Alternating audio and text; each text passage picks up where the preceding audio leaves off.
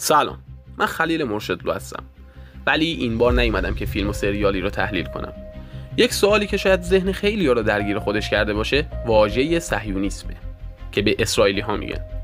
خب صهیونیسم یعنی چی؟ صهیونیسم به یک جنبش سیاسی و ملیگرایی یهود گفته میشه که در راستای تشکیل یک سرزمین برای یهودی‌ها بود. حالا صهیونیسم جهانی یعنی چی؟ به طور خلاصه و تشبیه شده توضیح میدم. شما فکر کنید که یک شخص در یک محله هر کاری که دلش بخواد انجام میده. حالا نمیخوام بگم که کودک کشی میکنه و غیره، ولی فکر کنید که به همه زور میگه و بقیه هم چیزی بهش نمیگن. چرا؟ چون تا بخواد جیکشون در بیاد میزنه تو دهنشون. میگه کل سرمایه و بانک‌های دنیا دست منه، کل رسانه های دنیا دست منه.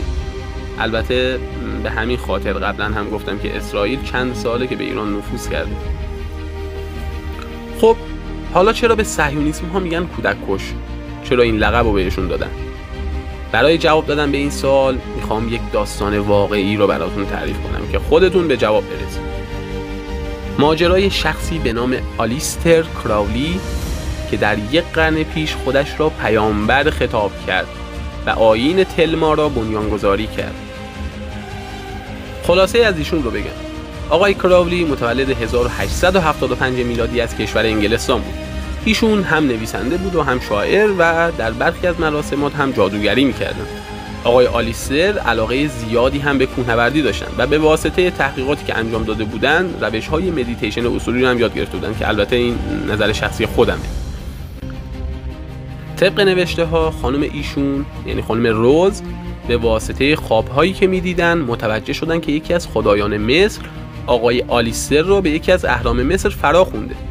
ایشون هم برای انجام مناسک شیطانی یا همون مدیتیشن به بزرگترین هرم یعنی هرم جیزه رفتن و به مدت 40 روز مدیتیشن انجام دادن. و خب حالا یکم جالبتر میشه.